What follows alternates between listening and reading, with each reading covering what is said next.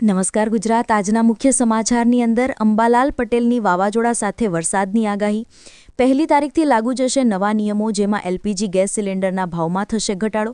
Ration card, આધાર card, PAN card ધારકો આપે ધ્યાન। બેંક એટીએમને લઈને નવા નિયમો। કૃષિમંત્રીની સૌથી મોટી જાહેરાત। ખેડૂતો માટે આવ્યા છે સારા સમાચાર। ખાતામાં જમા થશે પાક નુકસાનના પૈસા। તો હવે વાહન ચાલકોને મળશે માત્ર 5 મિનિટમાં ડ્રાઇવિંગ લાયસન્સ। પ્રધાનમંત્રી આવાસ યોજનાને લઈને સૌથી મોટા સમાચાર। આયુષ્માન કાર્ડ ધારકોને મળશે 10 લાખ રૂપિયા સુધીની સારવાર। ગુજરાતના મુખ્યમંત્રીની સૌથી મોટી જાહેરાત। ખેડૂતોને સ્માર્ટફોનની ખરીદી ઉપર મળશે 6000 રૂપિયા। મહિલાઓને મળશે 11000 રૂપિયાની સહાય। કૃષિમંત્રીએ કરી છે સૌથી મોટી જાહેરાત। પાક વીમા યોજનાને લઈને સૌથી મોટા સમાચાર। પશુપાલકો માટે આવી ગઈ છે ખુશ ખબર। 42000 રૂપિયાની આર્થિક સહાય મળશે। ગામડે રહેતા લોકો માટે આવી ગઈ છે ખુશ ખબર। ખેડૂત આંદોલનને લઈને પરેશ ગોસ્વામીની સૌથી મોટી જાહેરાત। સોના ચાંદીના ભાવમાં થઈ રહ્યો છે દિવસે ને દિવસે વધારો। અને આજના સૌથી મોટા ખેડૂત ઉપયોગી સમાચાર જાણીશું આજના આ વિડીયોની અંદર। મિત્રો, દરેક સમાચાર, દરેક માહિતી જણાવીએ એ પહેલાં ગુજરાતના જે પણ મિત્રો ચેનલ ઉપર જો પહેલીવાર આવ્યા હોય તો મિત્રો ખાસ કરીને વિડીયોને એક લાઇક કરી TV7 ગુજરાતી યુટ્યુબ ચેનલને સબસ્ક્રાઇબ કરવાનું ભૂલતા નહીં। સાથે આજનો આ વિડીયો છે જેને અંત સુધી જોતા રહેજો। સૌથી પહેલાં મિત્રો, અત્યારના તાજા સમાચાર ઉપર નજર કરીએ તો ખેડૂતો માટે આવ્યો છે સારા સમાચાર। વરસાદના કારણે ખેડૂતોને ભારે નુકસાની વેઠવાનો વારો આવ્યો છે, ત્યારે ખેડૂતોના હિતમાં સરકારે 10,000 કરોડ રૂપિયાનું કૃષિ રાહત પેકેજ જાહેર કર્યું હતું। હાલમાં સરકારે જામનગરના ખેડૂતોને રાહત પેકેજના પૈસા ચૂકવણી કરવાનું શરૂ કર્યું છે।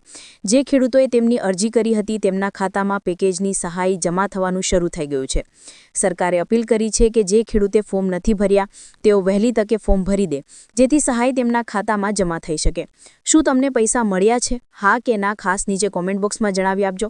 મિત્રો, ત્યાર પછીના સમાચાર ઉપર નજર કરીએ તો 1 તારીખથી લાગુ થશે નવા નિયમો। નવેમ્બર મહિનો પૂરો થવા જઈ રહ્યો છે અને ડિસેમ્બર મહિનાની શરૂઆત સાથે જ દેશમાં સામાન્ય માણસના કિસ્સા અને રોજિંદા જીવનને અસર કરતા અનેક નિયમોમાં ફેરફાર થવા જઈ રહ્યા છે। નાના મંત્રાલય અને અન્ય સરકારી વિભાગો દ્વારા કેટલાક મહત્વપૂર્ણ કામો માટે 30 નવેમ્બરની ડેડલાઇન નક્કી કરવામાં આવી છે। ચાલો મિત્રો જાણીએ કે 1 તારીખથી કયા નવા નિયમો છે એ લાગુ થવા જઈ રહ્યા છે, જેની સીધી અસર તમારા ખિસ્સા ઉપર પડી શકે છે। સૌથી પહેલા ફેરફાર વિશે વાત કરીએ તો એલપીજી સિલિન્ડરના ભાવમાં ફેરફાર જોવા મળશે। સરકારી ઓઇલ માર્કેટિંગ કંપનીઓ દર મહિનાની 1 તારીખે એલપીજી ગેસના ભાવની સમીક્ષા કરે છે। 1 ડિસેમ્બરના રોજ કોમર્શિયલ અને ઘરેલું ગેસ સિલિન્ડરના ભાવમાં વધારો કે પછી ઘટાડો થઈ શકે છે, જેની સીધી અસર સામાન્ય જનતાના બજેટ પર પડશે। મિત્રો, ત્યાર પછીના ફેરફાર વિશે વાત કરીએ તો દર મહિનાની 1 તારીખે સીએનજી અને પીએનજીના ભાવની નિયમિત સમીક્ષા કરવામાં આવે છે। તેવી જ રીતે ડિસેમ્બર મહિનામાં પણ આ બંને ઈંધણના ભાવમાં વધારો કે પછી ઘટાડો થઈ શકે છે। સાથે જ ઓઇલ માર્કેટિંગ કંપનીઓ એર ટર્બાઇન ફ્યુઅલ એટીએફના ભાવમાં પણ ફેરફાર કરી શકે છે, જેના કારણે હવાઈ મુસાફરીના ટિકિટના ભાવ પર સીધી અસર જોવા મળી શકે છે। મિત્રો, તેના ફેરફાર વિશે વાત કરીએ તો reserve bank of India RBI દ્વારા જાહેર કરાયેલા યાદી મુજબ ડિસેમ્બર મહિનામાં દેશભરમાં બેંકો કુલ 18 દિવસ માટે બંધ રહેશે। આ રજાઓ તહેવારો અને વીકેન્ડના કારણે નક્કી કરવામાં આવી છે। જો કે ગ્રાહકો માટે ઓનલાઈન બેન્કિંગ, યુપીઆઈ અને એટીએમ જેવી ડિજિટલ સેવાઓ યથાવત ચાલુ રહેશે। મિત્રો, ત્યાર પછીના ફેરફાર વિશે વાત કરીએ તો યુઆઈડીએ આધાર કાર્ડના સ્વરૂપમાં ફેરફાર કરવાનું વિચારી રહી છે। મીડિયા રિપોર્ટ્સ અનુસાર ભવિષ્યમાં આધાર કાર્ડમાં માત્ર વ્યક્તિઓનો ફોટો અને ક્યુઆર કોડ જ પ્રિન્ટ થઈ શકે છે। નામ, સરનામું અને જન્મ તારીખ જેવી વિગતો કોડ પર પ્રિન્ટ કરવાના બદલે ડિજિટલ સ્વરૂપે સંગ્રહિત કરવામાં આવશે, જેથી પ્રાઇવેસી વધુ સુરક્ષિત રહી શકે। મિત્રો, તે પછીના સમાચાર ઉપર નજર કરીએ તો પરેશ ગોસ્વામીની સૌથી મોટી જાહેરાત। ગુજરાતના ખેડૂતો માટે સૌથી મોટા સમાચાર। હવામાન નિષ્ણાંત પરેશ ગોસ્વામીએ કહ્યું એટલે પાકું। જૂનાગઢમાં 12 દિવસનું અલ્ટિમેટમ આપ્યા બાદ સરકાર દ્વારા કોઈ નિર્ણય ન લેવામાં આવતા સૌથી મોટી જાહેરાત કરવામાં આવી છે। કિસાન સહકાર સમિતિની મીટિંગનું થયું આયોજન, જેમાં 9 ડિસેમ્બર અને મંગળવારના રોજ ગાંધીનગરમાં મોટું આંદોલન થવાની જાહેરાત કરવામાં આવી છે। ગુજરાતના મુખ્યમંત્રી અને કૃષિમંત્રીને સીધા જ મળવાના છે તેવું પરેશભાઈ ગોસ્વામીએ જણાવ્યું છે। કોઈપણ પક્ષના નેતાઓને સ્ટેજ અને માઇક નહીં મળે। આ આંદોલન બિન રાજકીય આંદોલન હશે। મિત્રો, ત્યાર પછીના સમાચાર ઉપર નજર કરીએ તો કૃષિમંત્રીએ કરી સૌથી મોટી જાહેરાત। કેન્દ્રીય કૃષિમંત્રી શિવરાજસિંહ ચૌહાણે જાહેરાત કરી છે। પ્રધાનમંત્રી ફસલ વીમા યોજનામાં 2 નવા જોખમો ઉમેરવામાં આવ્યા છે। પ્રથમ જોખમ છે જંગલી પ્રાણીઓ દ્વારા પાકને નુકસાન। બીજું જોખમ વધુ પડતા વરસાદ અથવા પાણી ભરાઈ જવાથી પાકને નુકસાન।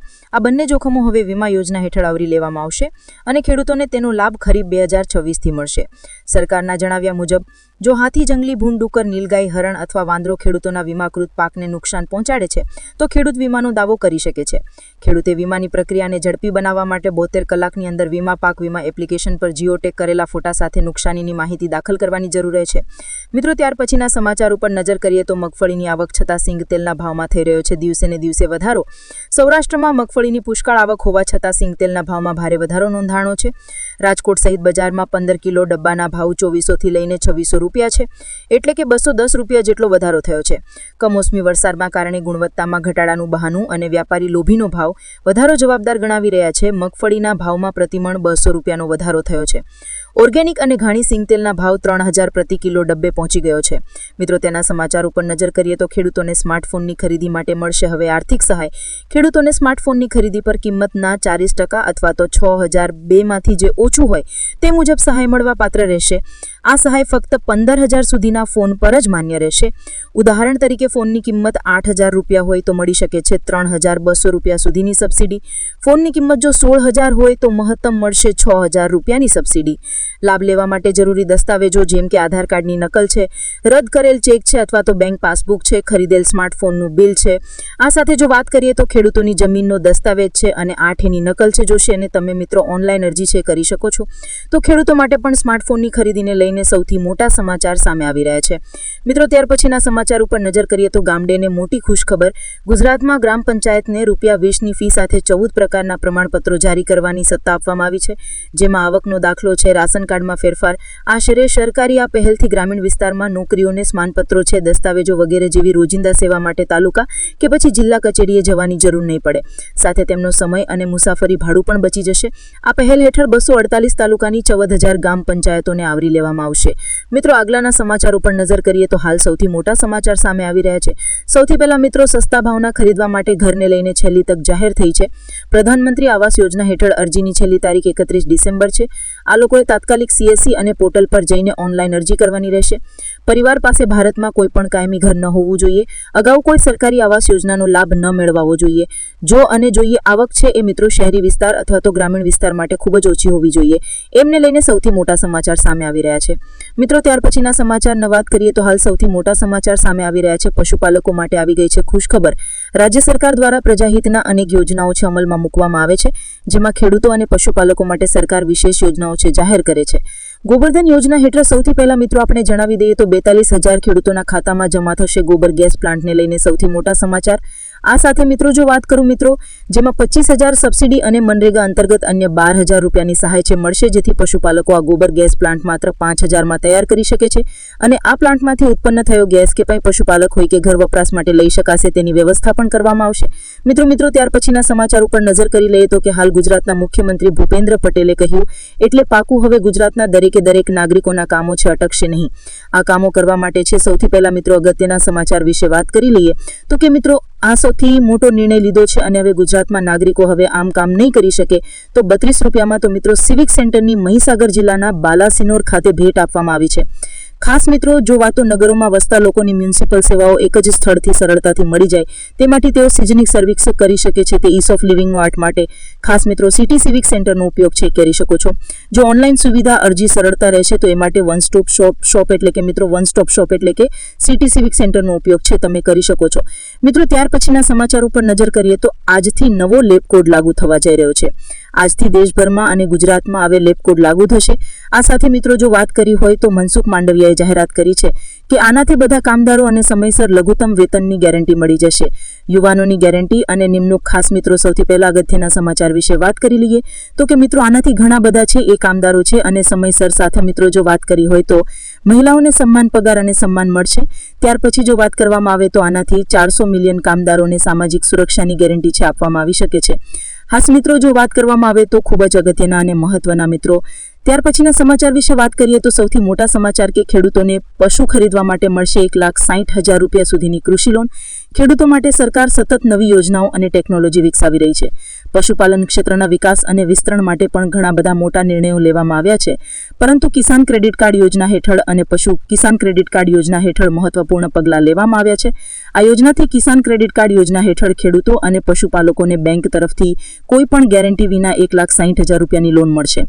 જો કે લોનની રકમ 3 લાખ રૂપિયા સુધી વધારી શકાય છે. આ લોન પર ખેડૂતોએ 7% વ્યાજ દરે વ્યાજદર છે ચૂકવવાનું રહેશે. જો તમે સમયસર લોનની ચૂકવણી કરો છો તો આ સમાચાર દ્વારા 9% રિપીટ આપવામાં આવશે. એટલે કે જો નિયમો અને શરતો છે એમને લઈને સૌથી મોટા સમાચાર સામે આવી રહ્યા છે. મિત્રો, એના સમાચાર વિશે વાત કરીએ તો મહત્વના સમાચાર સામે આવી રહ્યા છે. વિધવા સહાય યોજના લઈને મોટા સમાચાર. વિધવા સહાય મેળવવા માટે બહેનો માટે હયાતની ખરાઈની પ્રક્રિયા શરૂ થઈ છે. આ કામગીરી પાટણ મામલતદાર કચેરી દ્વારા શરૂ થઈ છે અને લાભાર્થી બહેનો માટે સૌથી મોટા સમાચાર સામે આવે છે. બહેનો આ યોજના માટે અરજી કરવા માટે નીચેના દસ્તાવેજો જેમ કે આધાર કાર્ડ છે, પાસપોર્ટ સાઇઝના ફોટા છે, બેંક અથવા તો પોસ્ટ ઓફિસની જે પાસબુક છે, સેવા સહાયની રકમ જમા થતી હોય તેવા દસ્તાવેજની જરૂર પડશે. તમામ દસ્તાવેજો મામલતદાર કચેરીમાં જમા કરાવવાની જરૂર છે. જો હયાતની ખરાઈ સમય મર્યાદામાં ન હોય તો તમારા વિધવા સહાયના રકમમાં વિલંબ થઈ શકે છે અથવા તો ભટકી પણ શકે છે. મિત્રો, ત્યાર પછીના સમાચાર વિશે વાત કરીએ તો મહત્વના સમાચાર કે આયુષ્માન કાર્ડ ધારકોને 10 લાખ રૂપિયા સુધીની સારવાર મળે છે. સરકાર હવે 70 વર્ષથી વધુ ઉંમરના વડીલો માટે ખાસ આયુષ્માન વયવંદા યોજના લઈ આવી રહ્યું છે. આ કાર્ડથી વડીલોને 5 લાખ રૂપિયા સુધીની વસારવા મળે અને આવકની અંદર કોઈ મર્યાદા નથી. કાર્ડ બનાવવાની જે પ્રોસેસ છે આપણને વહેલી સવાર છે, કારણ કે કેપથી 10 મિનિટમાં